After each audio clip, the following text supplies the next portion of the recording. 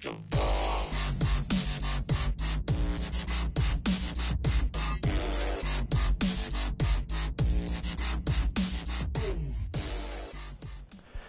what's up, YouTube? Okay, so I've been seeing a lot of requests and questions on Reddit asking how the heck bounty hunters are making a decent amount of money doing assassination missions. So I wanted to do a quick video tutorial on how to do them.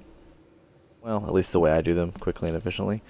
So you see here I have a bounty to kill Edward Elder over in LTT 1044, CD 54471, or Chapsgaibo. And that bounty doesn't show the payment on them, but that one's worth 197,000 credits. So that is the hardest difficulty of the assassination missions you can get. The higher the value of the mission, they tend to target your subsystems more. They're better at rolling their damage around. They also tend to not put as much power into their shields, which means that you don't get that nice gap while you're taking down their shields where they're not even shooting at you. So you have to be a little bit more careful. Before we get into that, we're going to discuss fittings, because having the right equipment on your ship is kind of what makes this work. You see I'm flying a Viper, and I'm using a Viper as an example, not because I consider it the best ship for this job, which it may very well be. This isn't a debate on that. It's because the Viper isn't overly expensive to fit. Now this particular one is, just because it's mostly A grade, so it tends to get up there in price. But for weapon systems, I'm using a pair of Class 2 fixed beam lasers and Class 1 fixed dumbfire missile launchers. I also have the ever-present chaff launcher and the mandatory kill warrant scanner, which you absolutely need if you're going to be killing these targets in anarchy systems, because they won't show a bounty. So in order to maximize your profits, you need that kill warrant scanner. For internals, I'm only running the reinforced alloys because they're lighter than the military grade composites. If I use the military grade composites or any of the advanced focused armors, it pushes my optimal mass over the optimal mass of my A grade thrusters. A lot of people don't realize that when you do that, that's what causes the Viper to be slower than the Cobra. If you have the A grade thrusters and your engine optimal mass is higher than your current mass, your performance will be, as fast as the Viper can go, which means you'll cruise at 380 with full powered engines, and your boost speed will be 400 meters per second, and you'll be able to boost much more frequently because your power distributor is not having to work as hard to push your little fighter around. Other things that you probably want to have for this mission is a shield cell bank, at least one of them. I only use one. I know some people like to stack them. I think that's a little cheap, personally. If you can't do it with one shield bank, then you probably need to go home. But hey, if you really have trouble until you get the hang of this, by all means, take more than one.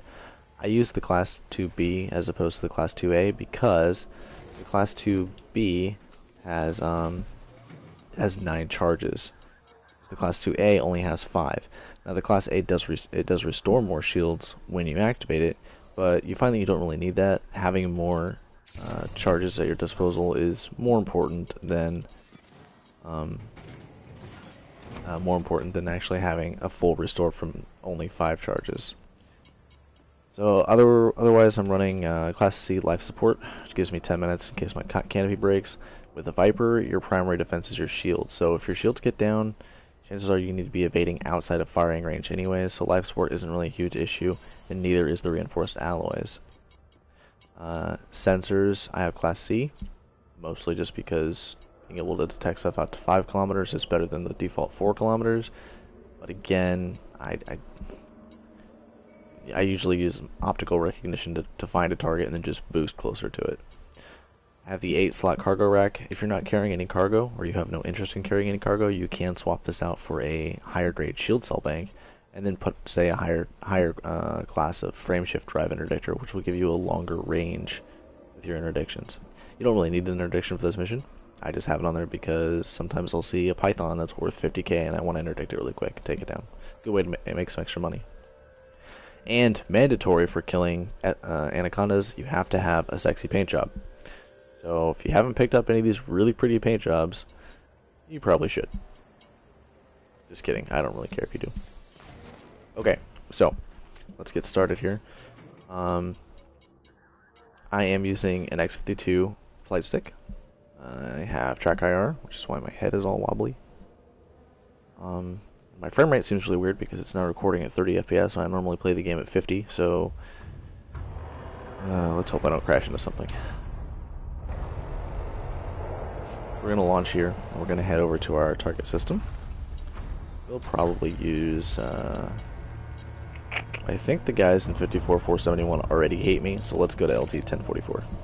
I did a lot of bounty hunting in CD-54 earlier, and I'm now pretty much enemies with anything that lives there, so exactly a cool place for me to hang out.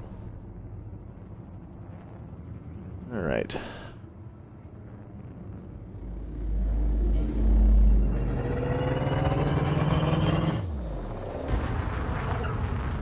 Alright, so you can see now I'm actually cruising at 400 meters per second, and I have plenty of power grid to keep on boosting. That is why keeping your optimal mass below your optimal mass of your thrusters is a good idea. Doubly important with shields, because you get above optimal mass with shields and your shields start losing efficiency. That's a bad thing. I do also have grade A shields. Now it's worth noting that you don't need A grades to do this. You can do this very easily with D grades, even E grades if you're, you know, really broke. The most important thing is actually the missile pods. You can even use pulse lasers if you don't have the money to afford the class 2 beam lasers. It will just take you longer. It really just kind of comes down to personal preference and how much you have at your disposal and how much you want to put into slaughtering these things as quickly as possible.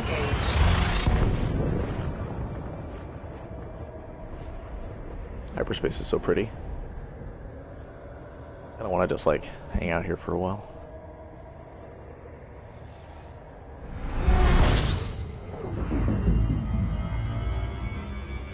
Okay, so once you're arrived in the target system, the first USSs you explore are going to be... Ooh, there's a player here. Who is that?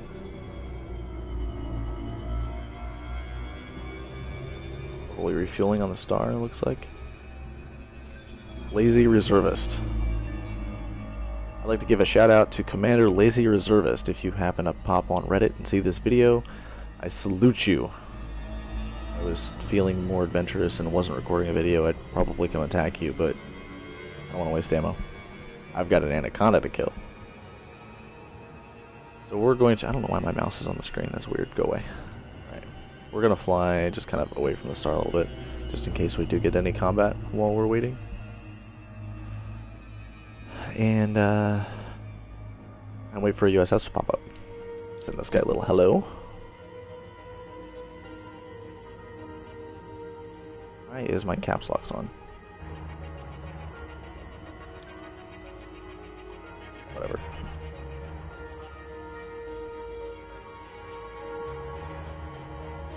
But anyways, you can see I'm cruising here at 30 kilometers a second. It's as slow as you can go with frame shift drive active. And you're just going to wait for one of these to pop up like this. And then you're going to turn towards it. And you'll pretty much instantly get a safe disengage. Now I actually noticed it too close. So now I have to wait. Wait for it to get 150 kilometers away, and then just pull a 180. Oh, there's another one right in front of me. We'll check that one.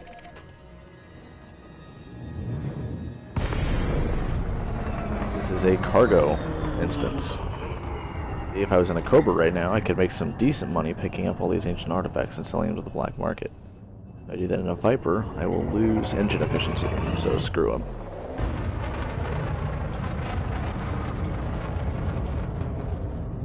Frameshift drive charging. 4, 3, 2, 1, engage.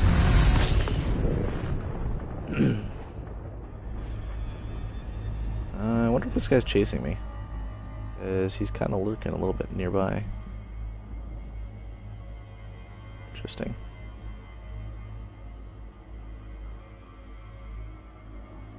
There's another one there. As you can see, as soon as they pop up, they're already within safe disconnect range. You can just go ahead and punch it and drop into them. This looks like a funeral barge or a marriage procession, one of the two. It is a funeral ship. Okay. So with this, you want to boost 3 kilometers away to get away from the mass lock. And then just hit your frameshift drive again. Drive charging. 4, 3, 2, 1, engage.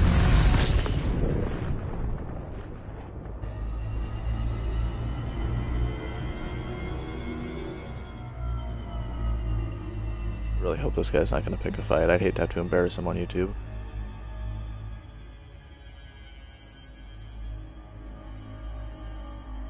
I don't know what he's doing. He might be doing the same thing I'm doing.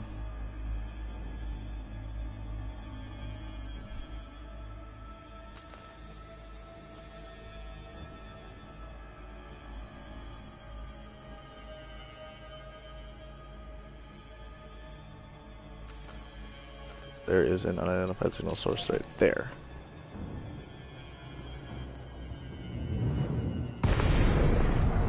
And it looks like another cargo instance. A bit annoying. Fortunately, finding the mission is very RNG based, random number generator. It's very random, and sometimes we'll just have really bad strokes of luck. I have had 3 or 4 assassination missions where I've gotten the tip-off in the first USS that I've dropped into. Today is apparently not going to be one of those days, but that's okay. I have a few hours before I need to go to work.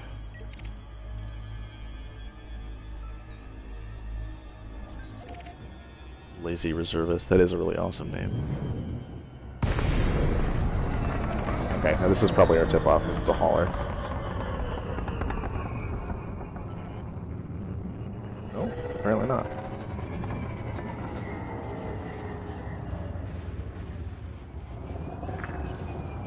Let's see if this guy's worth anything.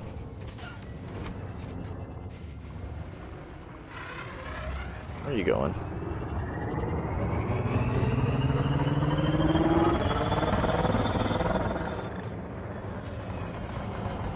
No record.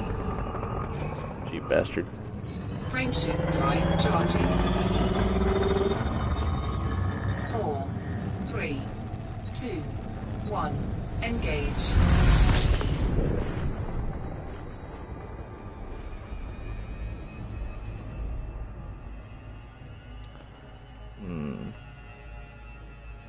Usually you'll get the tip off, it'll either be from a Sidewinder or a hauler.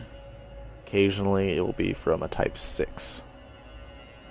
Those are kind of the ships you want to look for. If it's not one of those, you usually start boosting away. I've also noticed probably 7 out of 10 times he's alone. 3 out of 10 times he's got 2 escorts with him.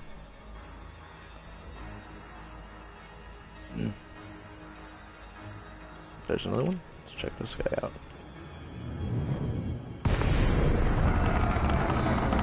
This time is an adder. Is it going to be my tip-off? It is. Really? Tell me all about it. The Edward Elder. Ooh. Excellent. And he's in CD 54. Okay. So we'll just plot a course. Frameshift drive charging.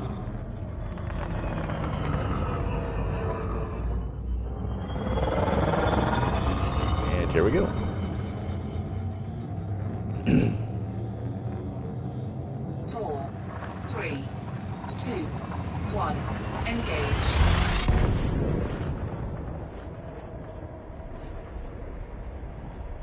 I like how my frame rate goes up to 90 frames a second when I'm in frame shift drive. With all that particle effects. Okay, so once you're in the target system, you want to make sure that you move, I don't know, a reasonable distance away from the star before you start scanning for the USS. This isn't really important with this loadout, but with other loadouts that I've used, you'll find that continued fire will overheat you the closer you are to the star. And overheating can be kind of bad, just a little bit. So I just have to position myself to where I still say that's a lot closer than reasonable. Let's see how close we are. 10 light seconds. Oh well. Whatever. Yeah, so we just slow down to our cruise speed of 30 kilometers a second. That Viper is probably going to interdict me. Yes, that is what he's trying to do. He is trying to interdict me. As you can see, a lot of these guys don't like me already because I've been here blowing up their stuff. That's okay, because we're going to cheat. Disappear for a minute. It's a cargo instance, hooray. I'd get a lot of those today. If I had my Cobra, I'd be rich, man. I always, never mind. It would be full of shit. Frameshift drive charging. 4, 3, 2, 1. Engage.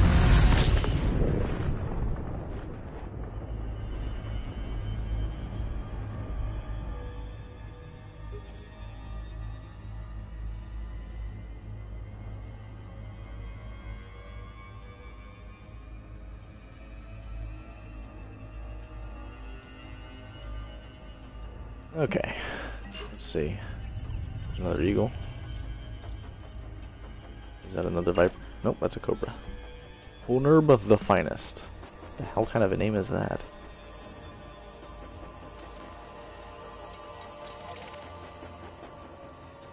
Looks like I missed one when I was doing my little banking maneuver back there.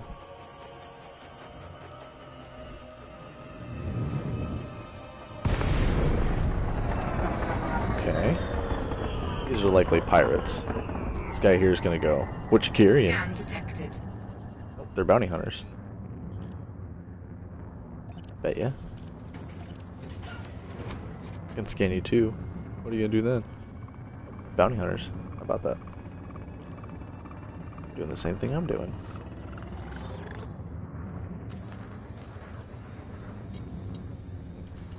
Anyway.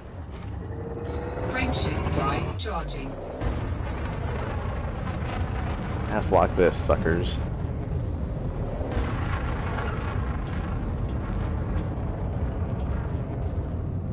Four, 3, 2, 1. Engage.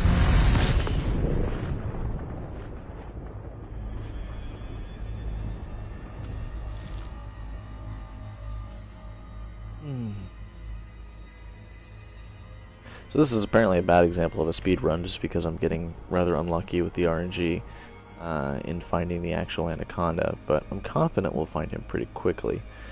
Honestly, I'd say that finding the target takes the longest. I think that kind of goes for any of the go kill this missions, because you have to scan USSs to find them. I guess with like the kill pirate ones, you can just hang out in an asteroid belt and they'll eventually come to you. I can't really do that in this case here. But usually, yeah, see, this isn't him either. When you find the instance, he'll be the only one in there. Just the one ship. It's almost always invariably pointed z-axis negative to your current orientation. I haven't figured out why. It's just the way it spawns. 1. Engage. It's a fancy way of saying down. It's always pointed down relative to you. I don't know why.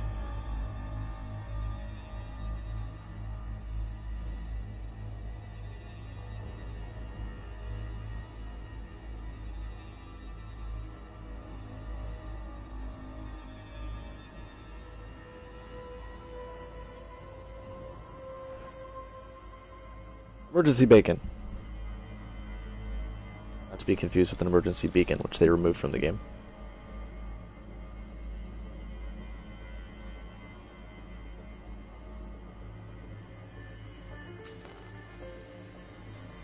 Maybe it's distress bacon. Yeah. Bacon for when you're distressed. The ultimate comfort food. Unless you're, on a diet. I think I may have missed this one. I did. I got too close before I noticed it.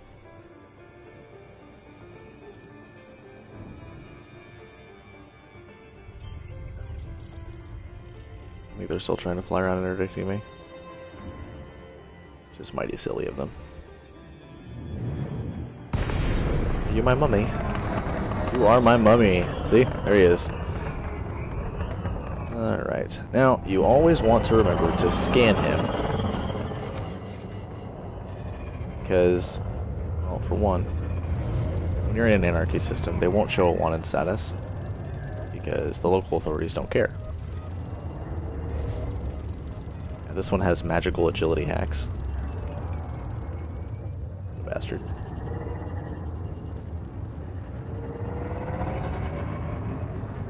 Come here. Just want to look at you. Just want to look at you. You're so pretty. You're so pretty. You'll be even prettier when you're a fireball, you know that? I'll be so proud. bastard. What do you think you're doing? It's stealth.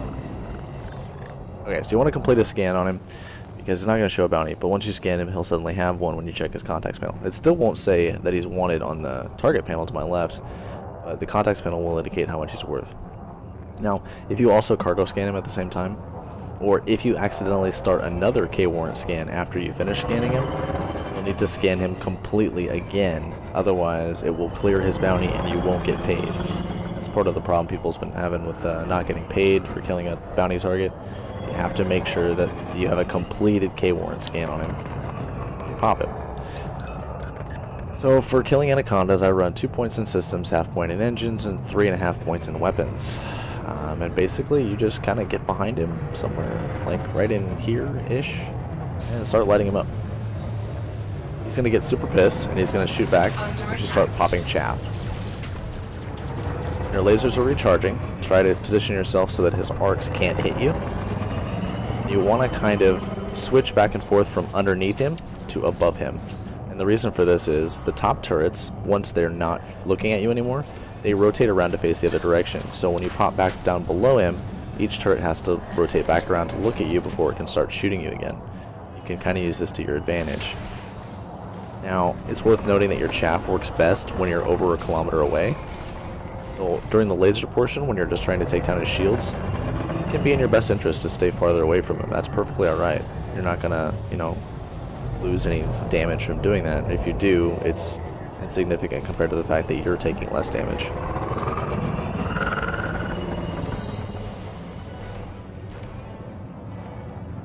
Now at this point, he's got a lot of power into his shields because he's trying to prevent them from going down. So he's not shooting me very much because his weapon capacitor is empty. Class 2 beam lasers are pretty energy intensive on their own, so they're draining my capacitor fairly quickly. But as you can see, his shields are almost completely gone. And once they're gone, well, he's in a lot of trouble.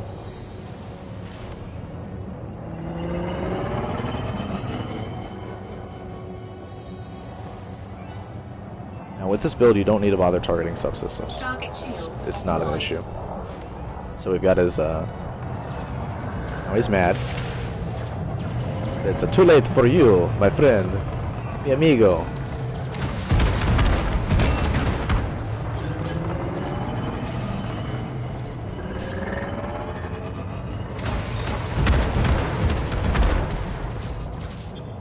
He's already down to 30%. Now at this point you can either finish him off with your lasers. I'm going to pop a shield battery just because I'm talking right now. You can either finish him off with your lasers, or you can waste the missiles and go ahead and finish him that way for a faster kill. It's entirely up to you. I like to use lasers because if I have more than one mission, this way I use 1 clip of ammo for each launcher per anaconda, and then I just go find the other anacondas, and that way I don't have to go reload instantly. Since I only have 1 mission here, I could just go full-on missile whore and blow his ass to pieces. My lasers do plenty of damage to it. You know, a full burst from my lasers rips off about 10% depending on where I hit. Now, it is worth noting that if you're not using A-grade shields, other things like if you're not an overly well-equipped Viper, you probably want to just go ahead and use your rockets to finish him off. You have more than enough rockets to instantly kill him. You just keep shooting. And there he goes. Target destroyed. It's 1 dead anaconda. Now that lasted a little bit longer because I was talking through about half the fight there. But if you're really just, focusing on bringing him down, I could have killed him without even using a single shield battery. I just paused to chit-chat and explain what I was doing. So I took a little bit more damage that way. But it is entirely possible to frag him without using a single shield cell battery. So if you're going for speed runs, this build is kind of unbeatable. The full multi-cannon build I've seen works very, very well too. I used that for a while when I was broke. I didn't have enough money to buy all the fancy A-grade gear. And you just target the power plant and just kind of go crazy on it. The other build that I've used, and it's also the build that I used on my Cobra, is a pair of Class 2 railguns. And then whatever kind of gimbaled lasers you want. I've used beams. Right now I'm using bursts. And the upshot to that build is that the gimbal burst or pulse lasers can fire constantly, or near constantly, without needing to stop to recharge. And then once the shields are down, you just target the power plant with the railguns. That's a little bit more of a skill-intensive build, just because you have to aim precisely at the power plant. But you can kill an anaconda in 3 hits, if you're accurate, if you're carefully accurate. I have a video that I'm going to tack onto the end of this of my Cobra killing an anaconda in just a couple minutes using railguns. I didn't have track IR for that, so it'll look a little bit different, I guess. I don't know, maybe I'm making you seasick, like kicking around all crazy. I hope not. Sorry, guys. So anyways, now we just gotta go turn this mission in back here and collect our sweet Seabill reward, or our sweet credit reward. This is not a Federation station, so I can't collect all the bounties I've accrued, but yeah. Anyway, I can turn in the mission at least.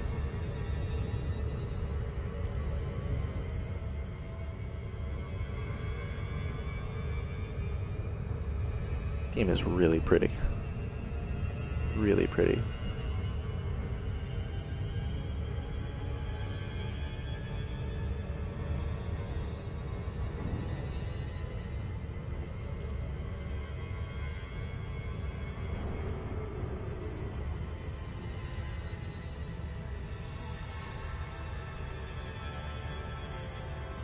Seems like half the time when I come to the station, it's behind its planet, so I have to get around its planet's mass before I can frame shift to it. It's kind of annoying. Hopefully this time it's at its perigee. Or perihelion, rather, sorry.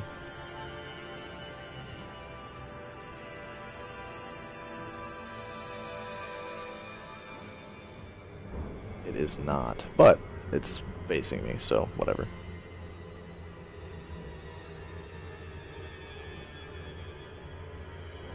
It's not facing me. I just came in below it.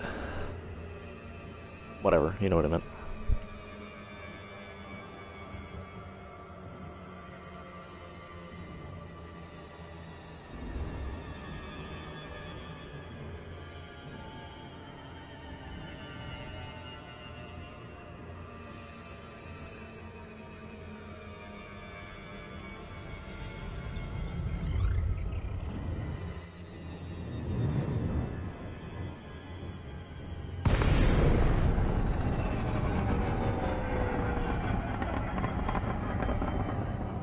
Now, it's worth noting that if you prefer doing things like resource extraction sites, nav points for making money in anarchy systems, this build works just as well for that.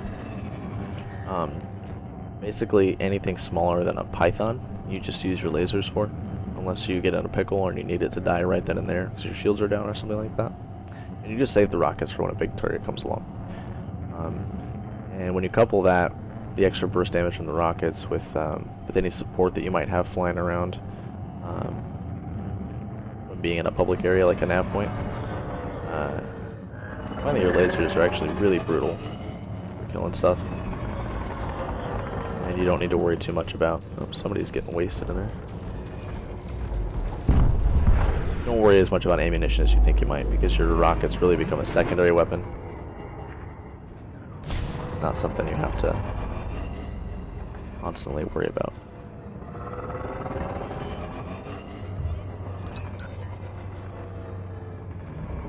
Landing gear deployed.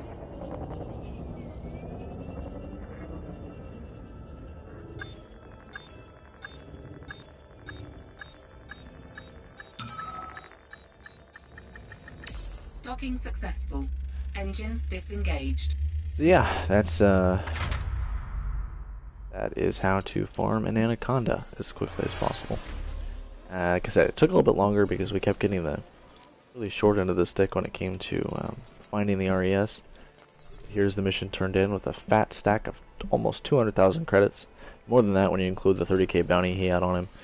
And that's basically a quarter of a million credits right there. So you do that 4 times inside of an hour, and that's a million credits an hour. Easy peasy, you know.